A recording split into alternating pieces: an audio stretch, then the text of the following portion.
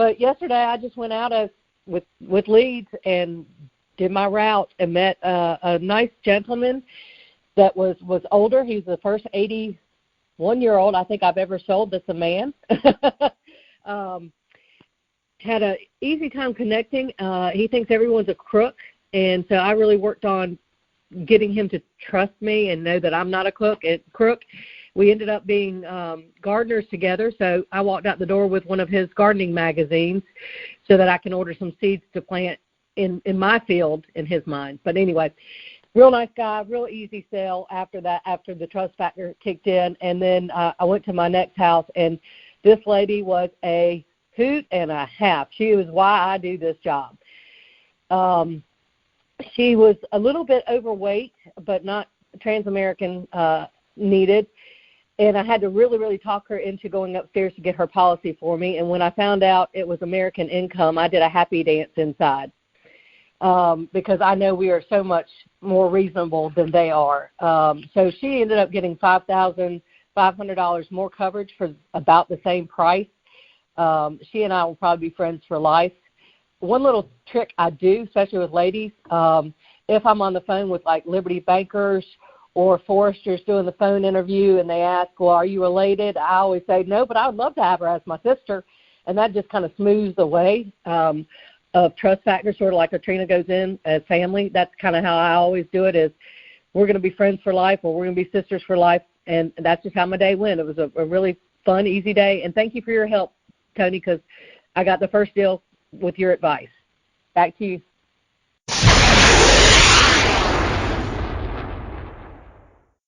Yesterday, let me just, I'm a big guy on attitude and big guy on mindset, big guy on, I'm a huge person on do the warm-up, make them like and trust you, that everything else falls in line, even if they love their old guy or their product is close and it's a close call. But, let me just give you a quick case study yesterday, because this is kind of where this turned into, because some of this time, early in my career, I like to give some of these that early in my career I would have lost these sales. So I walk in this door, and actually on the door, there's furniture out in the lawn, literally. There's the house is just this dump, total dump. I mean, the screen door is like there's no screen in it. It's just got the door there. And on the door in cardboard, it has this big sign written in, and it says something like, just come on in. Mr. Johnson can't get out of his chair, and you got to come on in and tell him who it is and what you're here for. I mean, it was a nice written sign, but obviously I know I'm coming in, and this guy's like bedridden. So I kind of knock, and I hear him going, who is it? And I go, Mr. Johnson. So I come in, and he has a nurse there taking care of these wounds on his legs. I mean, some of the nastiest feet, probably the nastiest feet I've ever seen in my life, really. Just disgusting, gross. And so I'm talking to him, and he sent his card on. And actually, this guy had a great sense of humor. He's kind of one of those deadpan guys. And it's like, was that a joke? And it turned out, he was just hilarious. He was joking about his situation. But then the daughter-in-law pops her head out of the kitchen, and I'm talking to him about his coverage, and he's like, you could tell he's him-hauling. He doesn't really know what he has. And the daughter-in-law pops her head in, and she goes, well, remember you had me fill that out for you? And he goes, and he kind of remembered something vaguely. But then she said, do you only work with seniors? And boom, I was done with Mr. Bedridden, jacked up, having a nurse. I'm into the kitchen. I leave. I said, you know what? Let the nurse wrap up with you. I'm going to go in and talk to your daughter-in-law, Lisa, here. So I go in there and totally spin to her, get her taken care of, take her husband taken care of, and then I come back to Mr. Johnson out there in the chair that's all jacked up. It turned out he had a Foresters that he wrote 4 years ago before he was all bedridden. So I told him that's a fantastic plan. Keep that. But you need something on top of that. And he was just kind of him-hauling. And I said, so who's going to be the beneficiary in your next plan on this one we're adding on top of that one so that you got to make sure you have enough coverage? And he said, well, it'd be my son. I said, okay, what's your middle initial? And right into the application. Barely even talked about the prices, barely even went into it. But the art of that was just truly got away from him. I didn't care about writing a guaranteed insurable. But then before I left, I wanted to make sure I got all the premium. Like I said, he was him-hauling. And then I just went with the whole assumptive close, got his middle initial, rolled him right through it, got the name of the beneficiary, added on. I did see his banking statement. There a little bit of money in there left over each month, so I knew he could afford it, and I told him the numbers. About $50 a month is what he felt comfortable with when we finally got to the numbers. After the application was 90% filled out, we got to the numbers. So hope that's worth it for somebody. Thanks a lot, Tony. I'll throw it back to you. Week I had a day of putting up $7,000 in one day. kind of ridiculous, honestly. It's something that you don't normally do. And, part of that was a senior center. And it's no surprise when you hear me talk and I have a big week, it's probably because I had a senior center in that week.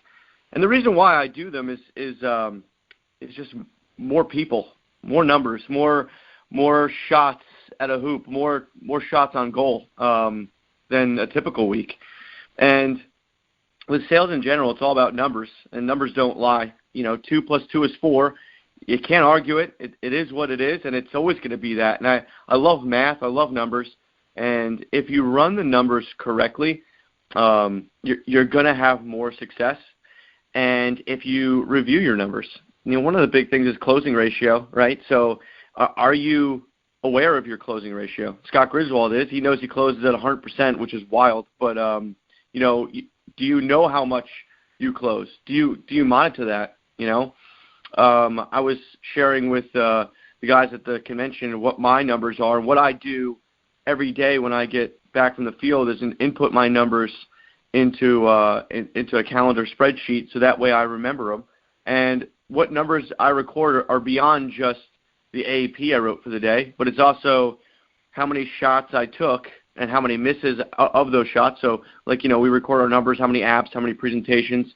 I also record more things. I record how many door knocks I have in the day, and I also record how many people answer the door.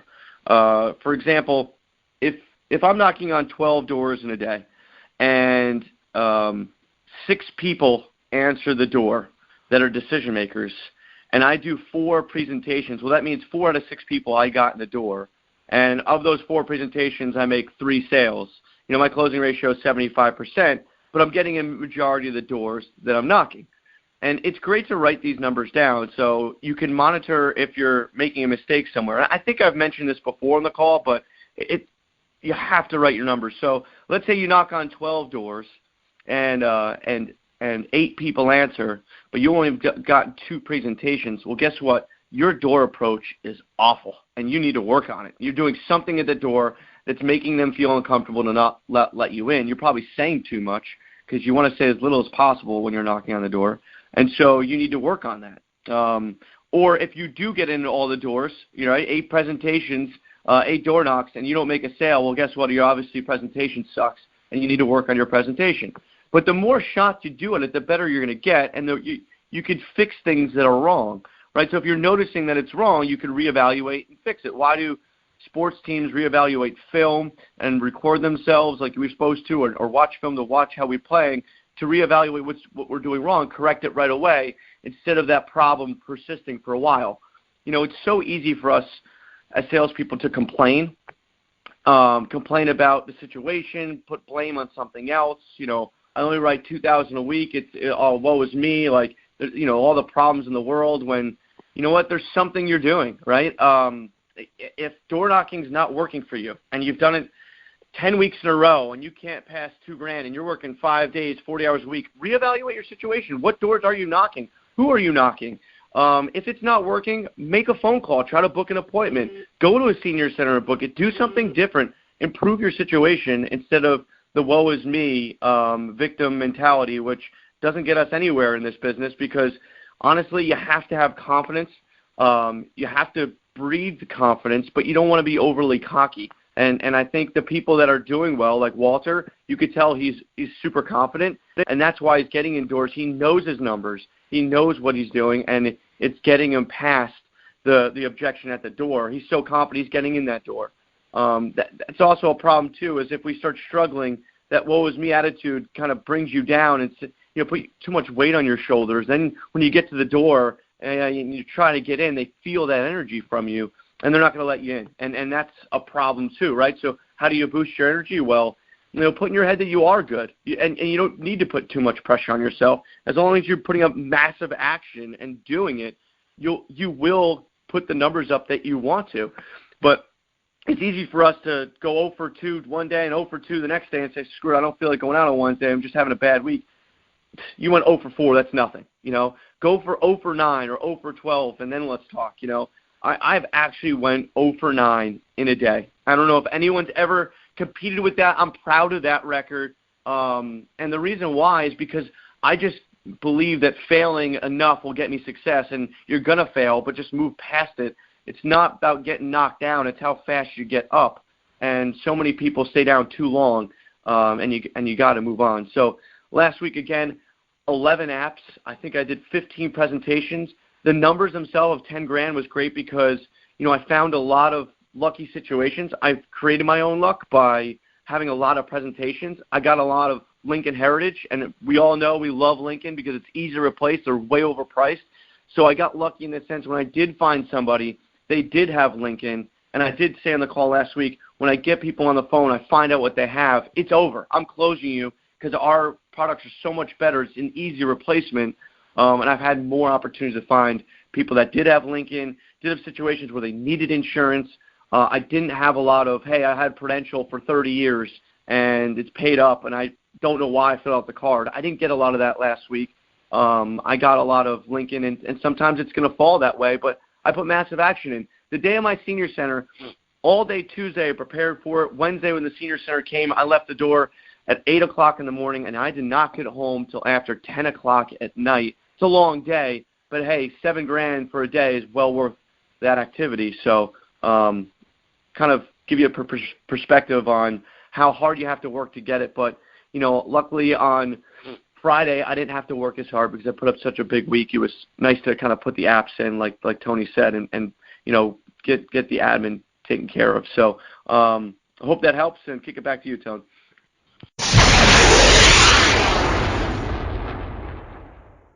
Good morning to the nation. Good morning, Tone. Man, I love what you said this morning, too, about really just everything. I just was fired up, man. You're hitting the nail right on the head. And it's anybody that feels like the broker model is dead, I would just encourage them to read the Cash Flow Quadrants by Robert Kiyosaki, because the employee model is dead.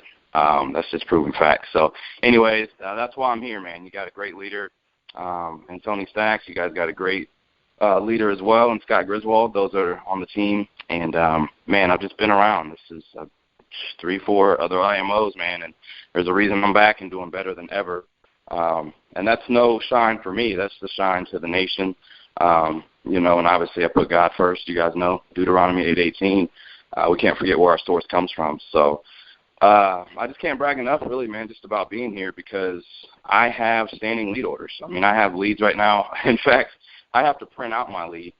New agents, don't listen to that. But I have to print out my leads from last Thursday because I'm still running leads from a week ago. I mean, I'm running 15 leads and just maximizing every opportunity.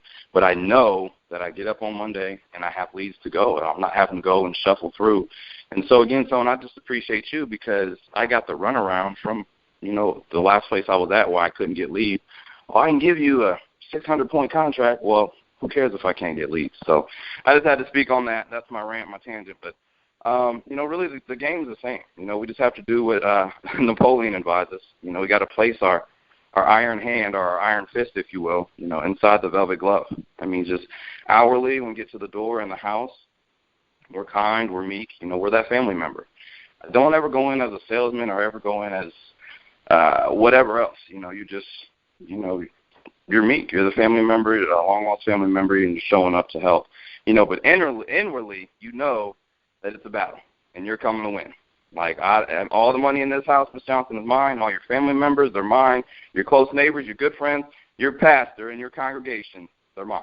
And that's really the iron fist of it. And obviously the velvet glove is just truly being able to work with integrity and to put these families in the best possible program. I love what you said, too, is if you're another agent coming around, I mean, good luck, because I'm just coming to take you out. Just bottom line, get out of here. If you don't have the best program, through service and through just the way that we take care of people. So you just have to have an attitude about it in a good way. So, but the key part about that, I guess, what's helping me the most is what that allows is just the clients, they're not even realizing, you're making them bend to your will. And anytime they don't realize it, they're not going to resist or resent you. They're just going to be thankful. And that's just kind of the key to it. So really try to master that, I would say, to any new agent, or if that helps anybody that's been in it for a while. You just master being in there, you got that iron fist, but you're gonna treat them with kid gloves as well. So the case study that stands out the most for me, Tone, I just went through it. My appointment setter actually didn't really help me out last week. I only had like 2 appointments, and I had to just do the door knocking. So if you don't know your door knocks and you're dependent on really one leg, it's not really going to help you out. So you just have to make sure you have all your pillars in place. So I just hit it hard. But one that stands out the most for me is the term versus whole life. And really, I had a female tobacco, 60 years young. She had a $30,000 policy through AARP. And so right there, guys, you got to posture, because $30,000 in term, and she's 60, that can get tough.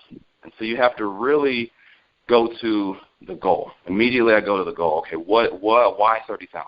Well, I have 3 grown sons, and I want to split that up evenly. Okay, do you understand term life? Okay, now we have to really educate. And through that education, what I was able to do is plant the seed of what I call legitimate doubt. And you call the company, and you go through the brackets. And they'll tell them, yeah, by the time she's this age, she'll be paying $250. So, Miss Johnson, you're going to be paying $250. No matter what, your premium's going up. I understand we want $30,000 in coverage, and I commend you for that. But understand this, let's stop that bleeding early. If you can truly do $250, then let's maximize that now. It's never going to change. Your coverage is going to build up. But what's happening now where you're at, you're getting 0 return on your investment. They're going to take you all the way up. They're going to kick you out, keep all your money, and then now you're dying without coverage, or you're 20 years older, and who wants to die within the term? And then outside of that, why do you want to start all the way over when you know that your health has changed, you know inflation is real, and you know that really your age? So you just kind of build all that up in just a caring way and say, listen, I want to take care of you. And by the time that you leave, the biggest compliment that I get, guys, it's not the commission, although it is great, but for the client to say, I'm truly glad that you're here. I'm truly glad that you fought me at the door, and, man, you really made a difference. And what I'm starting to do now is actually gather video testimonials, Tone, for the branding, so that folks can see that we're really, really taking care of people. But that's what's really helping me out, is being consistent, persistent, and having those fresh leads, man. It just makes my job so much easier. But I'll pass it back to you for sake of time, unless you got something else. All right. I love it. He's the one that makes it all happen. He's the one that really is the strength behind me when I fail, and he's the one that when I've got some joy, he's the one that it came from. Our help comes from above. So I would thank my wife. She's stuck with me through thick and thin, and I think it's great to have a super support network. And if you don't have a super support network, go find one. Whether that's a running buddy on this team or someone at your church, someone that is going to lift you up, not one of those crabs that's going to pull you back down in the bucket, but someone that's going to run with you and support you, and someone that says, go get them, attaboy. And there's a lot of folks in this family and this team that can be that person for you. So that's crucial. That's huge. One of the things that as Tony was talking this morning, it reminded me of a song. Every now and then I like to be a little DJ. So, and I'm a product of the 80s. A little older than some of you, maybe younger than a couple others, but one of my favorite all-time songs of the planet is the King of Pop, Michael Jackson. You guys thought I was going to say Taylor Swift, Shake It Off, didn't you? No, Michael Jackson, Man in the Mirror. Because wherever you go, there you're going to be. So if you go and you're trying to make a living here, you're trying to make a change here, you're trying to better yourself, just really what Tony was saying, you can listen to, I forget which book he said that was, where the guy said, if you're ready to have someone tell you to suck it up and someone to quit crying, baby, put on your big girl panties, all that stuff, there's some great stuff out there. But for me, who says it the best as well is Michael Jackson, Man in the Mirror. Because wherever you go, whether you're here with us, or whether you're in corporate America, or you're with another IMO, you don't have a better chance of succeeding here than anywhere else is where you need to be. And ultimately, it's going to be you, because if you go somewhere else, guess what? You're going to be there with you. If you stay here, you're going to be here with you. And so you ultimately, if you've had some adversity, you've had some things in your life, and you've got some things that need to change, what better place than to be right here? And so let me give you about 15 seconds of the all-time greatest song right here.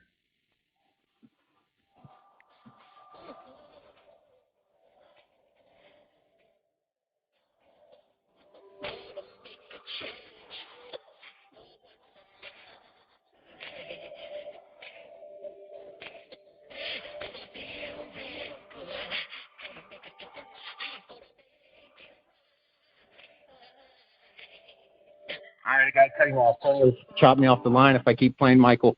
But that's serious stuff, though, really, when you want to make a change, because you really are wherever you're going to be. And most of us are where we're at because we're a product of what we've done. Now, there's obviously the different circumstances that some of us had no control over, but those circumstances have created us, and that's where we're at today. And so you've got to, so whether you're struggling here with your sales, you're struggling here with your business, you're struggling with your income, you're struggling with your relationships, what better place than to gain some success here day by day? And you're going to face adversity, and you've got to overcome adversity. Wherever you go, you're going to be there. So make sure you're going to overcome that adversity. And I'm no different. You know, I've had ups and downs in my life. Some of you've heard some of my real agent stories, and we've all hit bumps. We've all hit hard times on the road, and that's why I said my wife stuck with me through the thick and thin. I had an old pastor. He used to say this, and this guy was great. He built a church from about 250 members to about 2,500 members. And one of the things that he said, this is down in Grove City, Ohio, and he surrounded himself with great people. That was his thing. He said, so whenever you see a turtle up on top of a fence post, you know that he didn't get there by himself. And when you think about that analogy for a second, think of a turtle who can't walk, can't climb. He's got a flat bottom on his shell, sitting on top of a wood fence post. He sure didn't get there by himself. Someone put him there. And so when you think about it like that, you know, that's what we need help. We need people to lift us up in those days that we're down. And we've got a great team. We've got a great leader, a fearless leader in Tony, and whoever your manager is. We got all great managers here. Reach out. Don't fail. If you've been failing in the rest of your career, you've been failing the rest of your life, stick it out. Come through. You can succeed. You can do it. Sometimes it is suck it up. Sometimes it is put on your big girl panties. But you can do it. Let me give you one quick case study. I'm going to give a 2-minute case study, and then I'll turn it back over to you, Tone. I had Derek Jones out with me this last week. This guy's gone on me with probably 20 ride-alongs through the holiday season. He's in job transition. He's coming on board. He's passed his test, and so now he's getting his contracting done. I had to hire a guy named Derek because Derek Bryce is my new favorite guy down south. So I thought, we got to have a Derek up here in the north too. But anyway, so we go in this house, and I think it was Thursday night. And it was one of these guys, he was super gruff. You know, it's 5 minutes before dark. And I'm like, and if you know me, at 5 minutes before dark, I'm just trying to snuggle up in a house. I'm trying to get in one last door right at dark. You know, sometimes I go out and I'll stay out till 9 anyway, but definitely right before dark, just trying to get in that one last door. So we got in this door. And so at that point, I'm camped out. Doesn't matter what the guy says, I'm camped out. I'm in his house. I know there's not another door I can go get in that night. But anyway, this guy was not buying. He was like, yeah, give me some information and leave. You know, I kind of had to sneak my way in the door.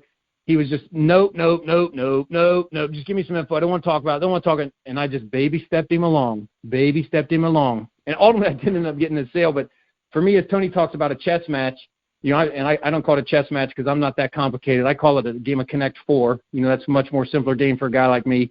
And so just playing Connect Four with this guy, he does this, I do that. He does this, I do that. And so before you know it, I'm going, all right, just go get me a voided check real quick. And he goes and gets a voided check.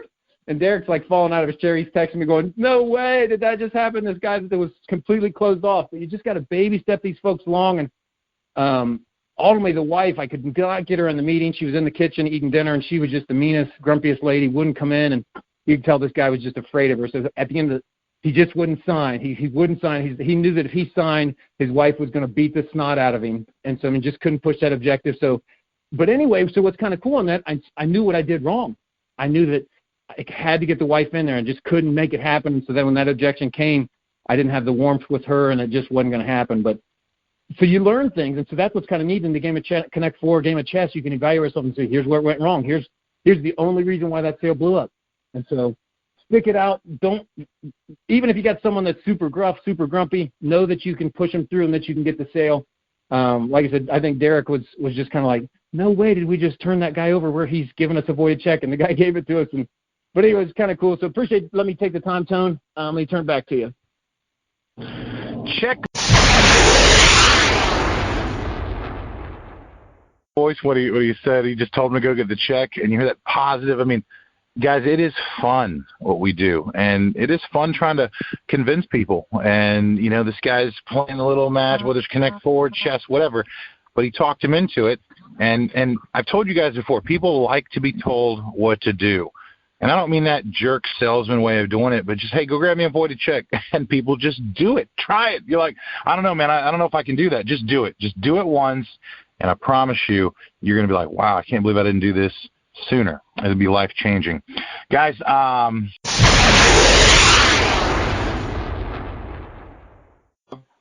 right. Well, first of all, I want to give thanks to my Lord Jesus Christ and Savior. It's through him that I'm able to get up and do this every day through this wonderful family, and I consider everyone family. Altrina says extended family, however you want to look at it. It is through the education of these talks each and every day. I've been having Taylor send me the talks so I can listen to them throughout the day. And what people such as yourself, Scott, and thank you for taking a step back and put me in the 3-hole. You had a great day yesterday, and congratulations also to Altrina and Billy. It's just phenomenal to be able to extract a lot of the information from you guys that have been out there. You've seen the struggles. You've worked with them. And going back and being able to listen to the calls has truly helped me over the past few weeks just have a different motivation, a different feeling, a different drive. And that's what I was telling Tony last week. And with the leads, and it's just, you can't beat the system. It is hands down phenomenal. And I'm grateful to each and every one of you on here. Walter King drives me every day. Dom Thompson does. All of you guys do. And I've reached out to Walter some lately, and I always reach out to Joe. I haven't spoken to him in a few days, but I miss those talks.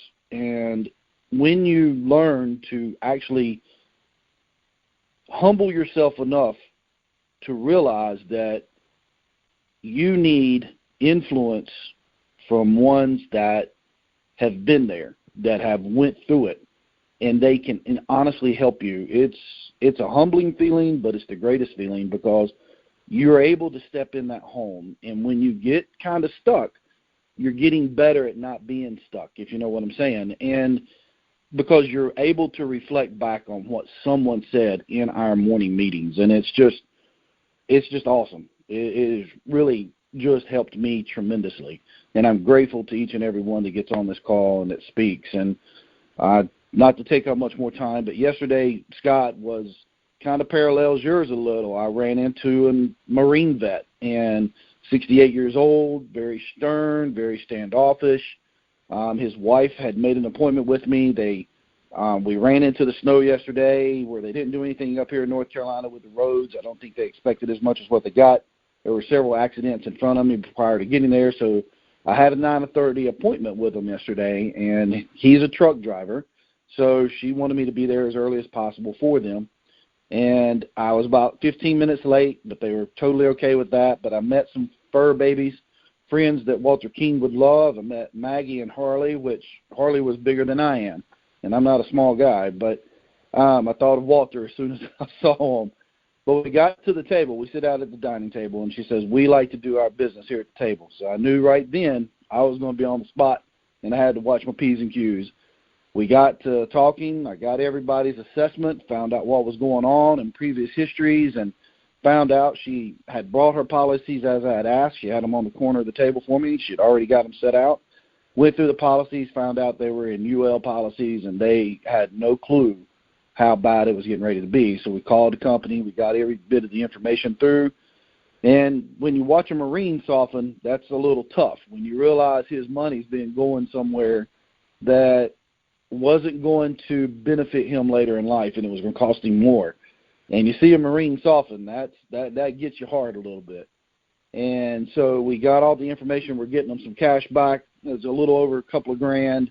We got them actually into better policies, and it's taking care of their family. We've actually got them more coverage than they anticipated we could get them, and paying just a few dollars, I think $5 more on him, and maybe around $8 or $9 more a month on her, which they were perfectly fine with. And you knew you built a rapport with them for the time that I was there, and you knew when I left I had a client for life. And that is just, again, establishing that rapport, establishing that confidence in them that I will be there when something physically happens to them is beyond some of the greatest feelings I've ever known. And it's just through the great group that we have here that I am advancing and getting stronger every day in my abilities to do what I do. And I am so grateful to each and every one of you. It's all There's always next year, The trip was short, but it's time to pack it up. So we'll see who's coming into the next round. But to make some people better, man, I just got to say you got to make it or make an excuse. That's just what it is. And when it comes to these clients, Tony, you hit it dead on this morning. It was almost like you took exactly what I wanted to say. You got to bob and weave and stick and move. And for those that aren't sports fans, that's in boxing. You just got to dodge the punches and punch back and get out the way. And what I mean by that is I had a client yesterday, and from the very start, every excuse. I mean, literally textbook every excuse. And that's why you got to be on the call. That's why you got to be talking to your manager. You got to be talking and reaching out to other agents that are doing really well so you can learn how to do that and really not even think about it. But this guy, long story short, he had AARP, New York Life, and I already knew what it was, but the wife had no coverage. So we got in, and we got her qualified. But before I gave her the quotes, I was trying to fill out just a little bit more, and I like how Walter said he maximizes it, and that I do the exact same thing, where I knew if I quoted her, he was already going to be okay with getting her coverage, but felt that he was fine. So I said, no, let's go ahead, let's do this. You're actually entitled to a free benefit review. That's what we do, and I always put my hand out and use my other hand like I'm writing on my hand, and I'll say, hey, I get my highlighter out, we'll go through everything. You don't want to be like Carolyn. Carolyn was 62, and we go through what happened with her having the term coverage, and he was confident. No, I have $34,000 whole life. I said, okay, that's not a problem.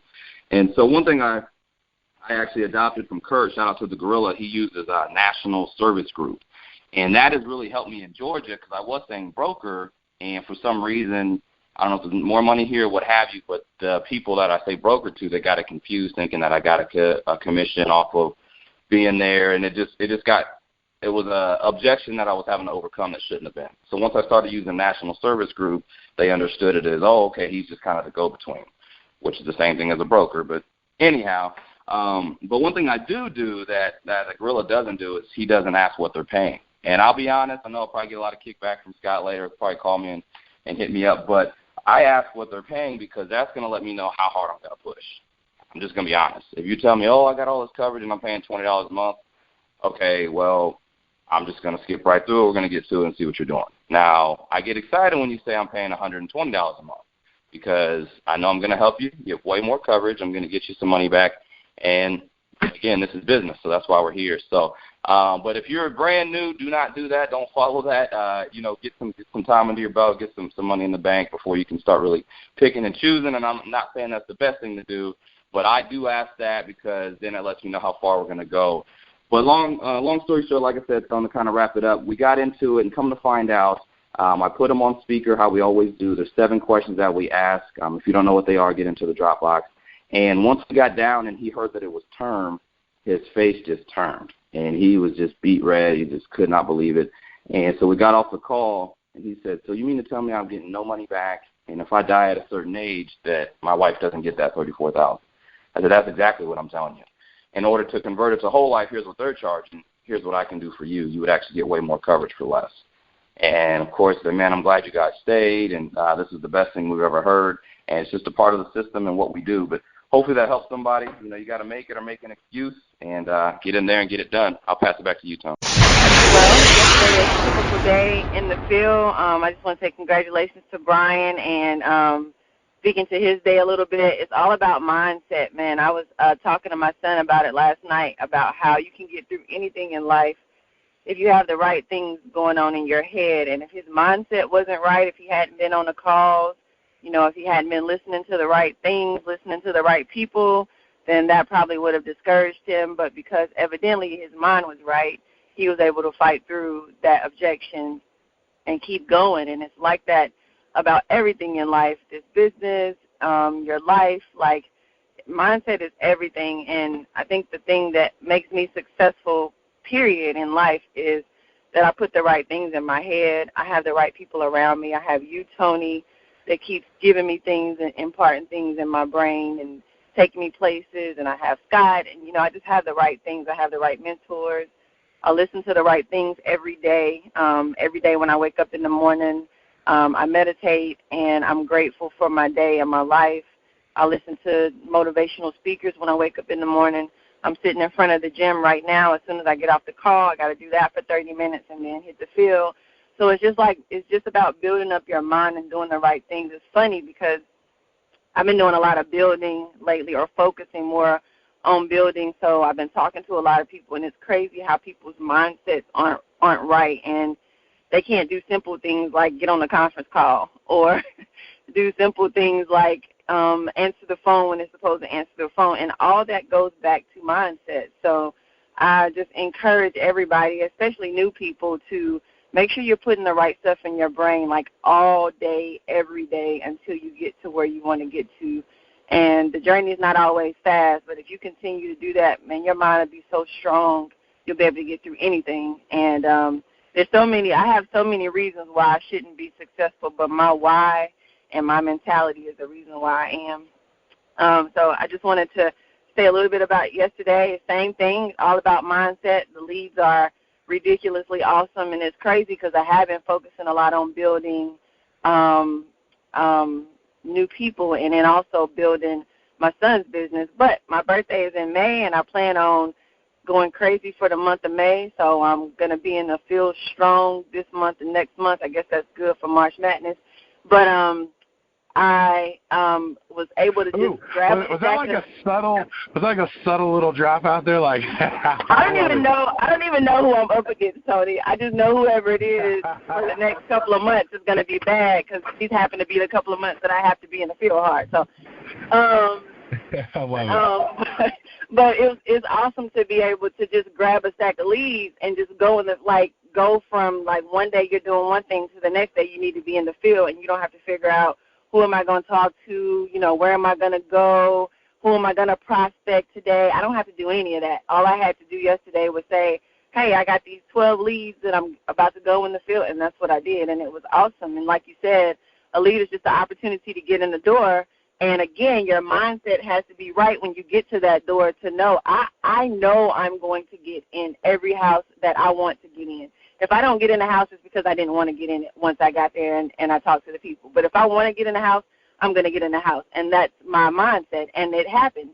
And so yesterday when I got to my first door, I walked in, and I walked in like I was family. I think Dom talks about that all the time. That's how I walk in every house, like, hey, how you doing today? And I don't even ask. I just kind of walk in the door, and when I walked in, she was like looking at me like, hey, why are you in my house? And I showed her the card, and I said, hey, I got the card that you sent in the mail. I just came by to chat with you for a little bit. I smelled something. What you cooking? You cooking breakfast? You cooking enough for me? So, we started chatting, and she started laughing and talking and didn't even realize why I was there. And then once we talked about the card, she said, oh, yeah, I did. I sent that in. But I think I'm fine. And I said, oh, that's awesome. I said, that makes my job much easier. I said, well, I just want to sit down and chat with you for a second. You can keep eating. It won't take but a minute. And I sat down, and she started telling me about her husband passed away a few months ago, and then her daughter passed away from a drug overdose back in July. And I let her talk for about 10 minutes, and then I had a whole lot to go on by the time she finished talking. And the one thing is, let people talk, so then that way you know how to, what to do when you start talking. So after I let her talk, we sat there for a little bit. Long story short, I found out she had a Royal Neighbors policy that she just got last year because she had a policy for 40 years that happened to be UL policy that lapsed on her, and she found out when her husband died last year. So after I let her talk and found out all that information, I had so much ammunition, it was like easy. Within 10 minutes, I had replaced her Royal Neighbors policy, and I'm going back to do a policy on her son. So that's just one case study for yesterday. But it's the same in every house. If I get in the door, the leads get me in the door, it's going to work.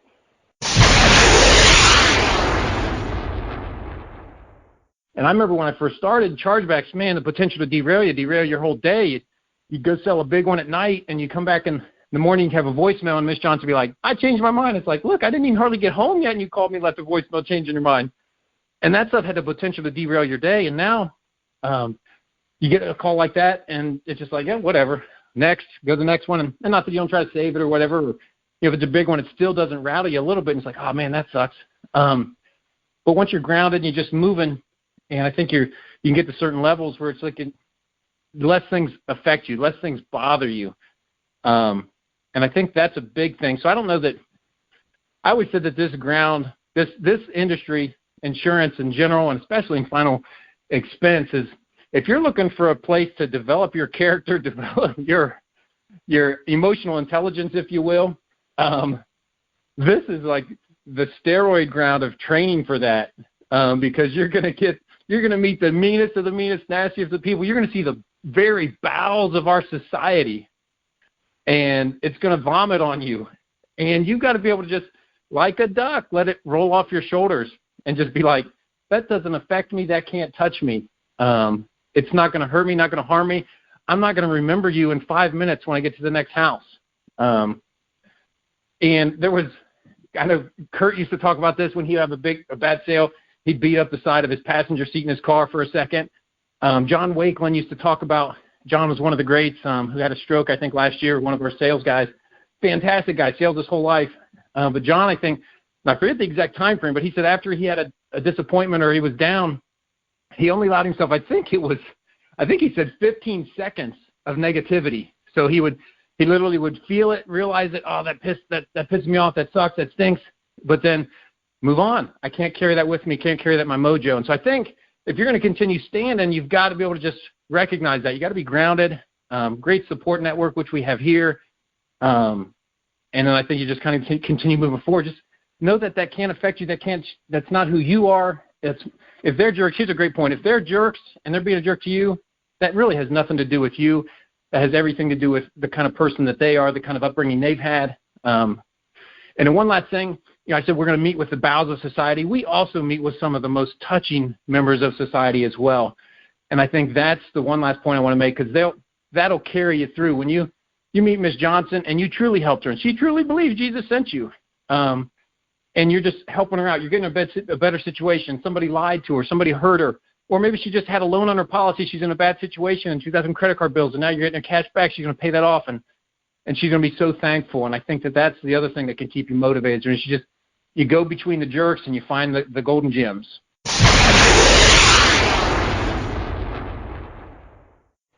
Well, yesterday was a typical day in the field. I just want to say congratulations to Brian and speaking to his day a little bit. It's all about mindset, man. I was talking to my son about it last night, about how you can get through anything in life if you have the right things going on in your head. And if his mindset wasn't right, if he hadn't been on the calls, if he hadn't been listening to the right things, listening to the right people, then that probably would have discouraged him. But because evidently his mind was right, he was able to fight through that objection and keep going. And it's like that about everything in life, this business, your life. Like, mindset is everything. And I think the thing that makes me successful, period, in life is that I put the right things in my head. I have the right people around me. I have you, Tony, that keeps giving me things and imparting things in my brain and taking me places. And I have Scott, and, I just have the right things. I have the right mentors.